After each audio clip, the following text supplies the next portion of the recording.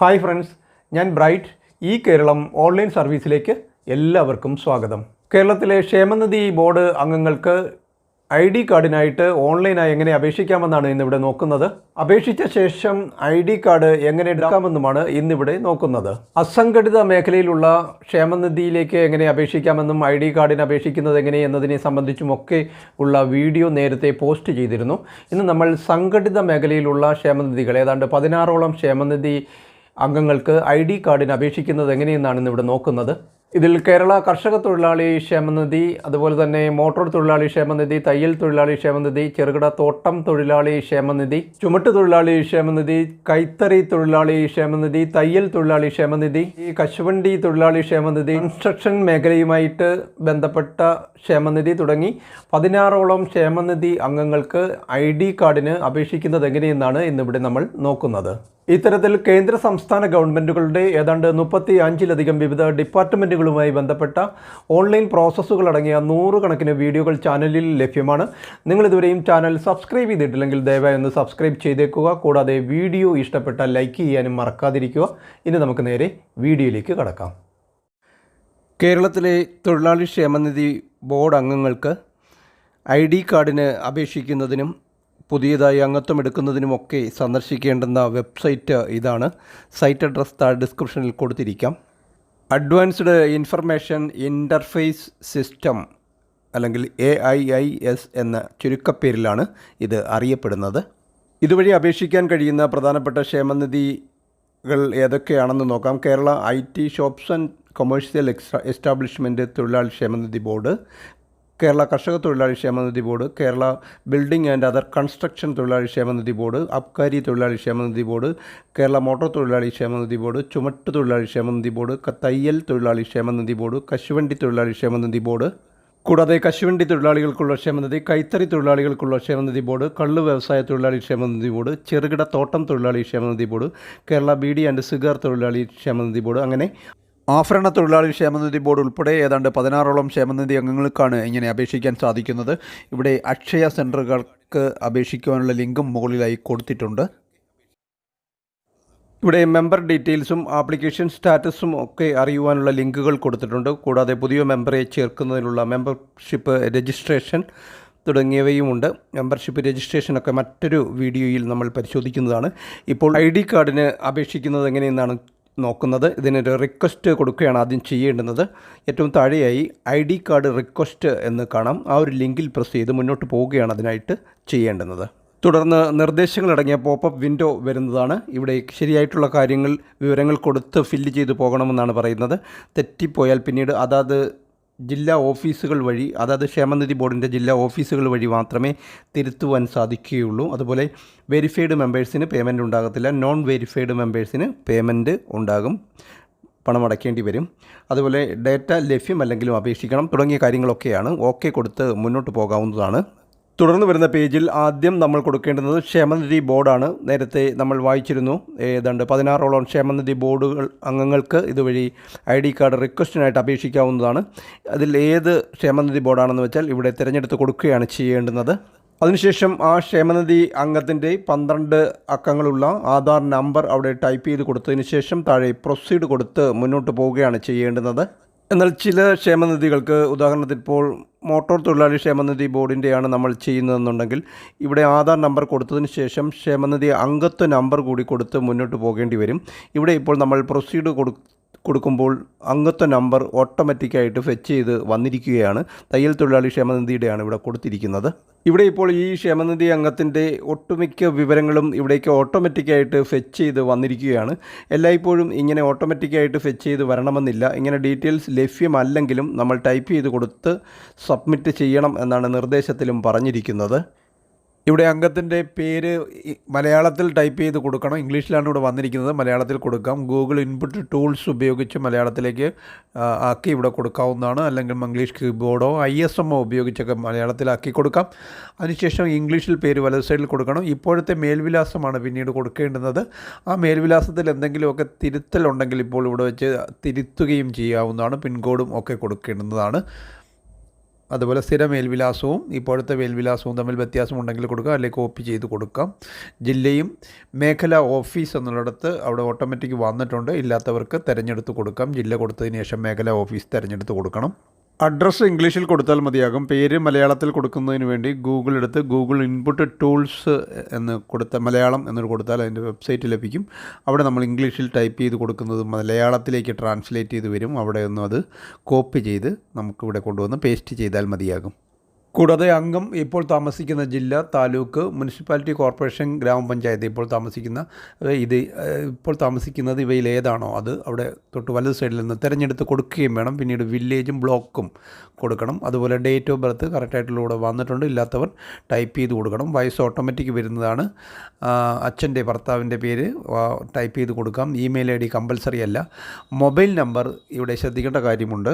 ഇവിടെ ക്ഷേമനിധിയിൽ രജിസ്റ്റർ ചെയ്തിരിക്കുന്ന mobile number തന്നെ കൊടുക്കണം. അതല്ലെങ്കിൽ ആപ്ലിക്കേഷൻ മുന്നോട്ട് പോകത്തില്ല.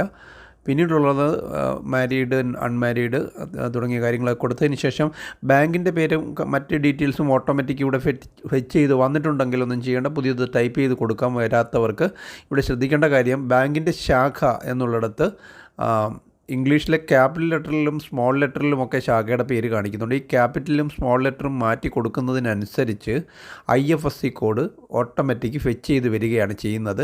പക്ഷേ നമ്മളത് ശരിയായിട്ടുള്ള IFSC കോഡ് ക്യാപിറ്റൽ ലെറ്ററാണോ സ്മോൾ ലെറ്ററാണോ കൊടുക്കുമ്പം വരുന്നത് എന്നുള്ളത് നോക്കി കറക്റ്റായിട്ടുള്ളത് കൊടുക്കണം. അക്കൗണ്ട് നമ്പർ ഇല്ലാത്തവർ ടൈപ്പ് ചെയ്ത് കൊടുക്കണം. നമ്മൾ ബാങ്ക് തിരഞ്ഞെടുത്തതിന് ശേഷം ശാഖ എന്നുള്ളിടത്ത് പല രീതിയിൽ പേരുകൾ വരുന്നുണ്ട്. ഇംഗ്ലീഷിലെ capital letter, small letter, space കൊടുക്കാതെ അങ്ങനെ പല രീതിയിൽ വരുന്നുണ്ട്. ഇവിടെ നമ്മൾ എന്ത് സെലക്ട് ചെയ്യുന്നു അതനുസരിച്ച് ഓട്ടോമാറ്റിക്കായിട്ട് താഴെ IFSC കോഡ് ഫെച്ച് ചെയ്ത് വരികയാണ് ചെയ്യുന്നത്. അപ്പോൾ ഏത് കൊടുക്കുമ്പോഴാണ് ശരിയായിട്ടുള്ളത് ഫെച്ച് ചെയ്ത് വരുന്നതെന്ന് അംഗത്തിൻ്റെ പാസ്ബുക്ക് നോക്കി കറക്റ്റായിട്ട് ഉള്ളത് കൊടുക്കുവാൻ ശ്രമിക്കുക.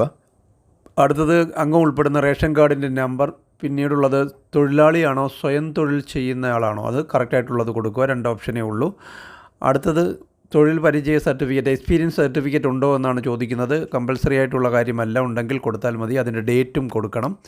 തൊട്ട് താഴെ രജിസ്ട്രേഷൻ തീയതി, അത് ക്ഷേമനിധി പാസ്ബുക്കിലുണ്ടാകും. ഇവിടെ ഓട്ടോമാറ്റിക് ഇത് ഫെച്ച് ചെയ്ത് വന്നിട്ടുണ്ട്. ഇല്ലാത്തവർ കറക്റ്റായിട്ടുള്ളത് പാസ്ബുക്ക് നോക്കി ഇവിടെ കൊടുക്കുകയാണ് ചെയ്യേണ്ടുന്നത്. അടുത്തത് അപ്ലോഡ് ചെയ്ത് കൊടുക്കേണ്ട ഡോക്യുമെൻറ്റ്സിൻ്റെ ലിസ്റ്റാണ്. 1 MBയിൽ താഴെയുള്ള JPG അല്ലെങ്കിൽ PDF ഫോർമാറ്റിലുള്ള ഫയലുകളാണ് അപ്ലോഡ് ചെയ്ത് കൊടുക്കേണ്ടുന്നത്. ഇവിടെ ആദ്യത്തേത് ആധാർ കാർഡിൻ്റെ പകർപ്പാണ്. ആധാർ കാർഡിൻ്റെ ഫ്രണ്ടും ബാക്കും ഒറ്റ പേജിലാക്കി അപ്ലോഡ് ചെയ്ത് കൊടുക്കണം. അതിനുശേഷം അംഗത്തിൻ്റെ ഫോട്ടോ അപ്ലോഡ് ചെയ്ത് കൊടുക്കണം. അത് JPG ഫോർമാറ്റിൽ അപ്ലോഡ് ചെയ്ത് കൊടുക്കാൻ ശ്രമിക്കുക. അതും 1 MBയിൽ താഴെയുള്ള ഫയൽ സൈസാണ് അനുവദിച്ചിട്ടുള്ളത്. മറ്റൊന്ന് കയ്യൊപ്പ് അല്ലെങ്കിൽ തള്ളവിരലിൻ്റെ മുദ്ര, തമ്പ് ഇംപ്രഷനാണ്. ലെഫ്റ്റ് തമ്പിൻ്റെ ഇംപ്രഷൻ കൊടുക്കാം. അതുപോലെ തന്നെ ഇവിടെ കയ്യൊപ്പം ഉള്ളവർക്ക്, സൈൻ ഇട്ട് കൊടുക്കുന്നവർക്ക് അത് മതിയാകും. പിന്നീട് തമ്പ് ഇംപ്രഷൻ്റെ ആവശ്യമില്ല. പ്രവൃത്തി പരിചയ സർട്ടിഫിക്കറ്റ് എല്ലാവർക്കും ഉണ്ടാവണമെന്നില്ല, ഉള്ളവർക്ക് അപ്ലോഡ് ചെയ്ത് കൊടുക്കാം. അതിന് തൊട്ട് താഴെയായി മറ്റ് രേഖകൾ എന്ന് പറഞ്ഞുകൊണ്ട് അവിടെ ആ പ്ലസ് ചിഹ്നത്തിൽ പ്രസ് ചെയ്ത് കൊടുത്താൽ താഴോട്ട് മറ്റെന്തെങ്കിലും രേഖകൾ ഉണ്ടെങ്കിൽ അവിടെ നമുക്ക് അപ്ലോഡ് ചെയ്ത് കൊടുക്കാവുന്നതാണ്.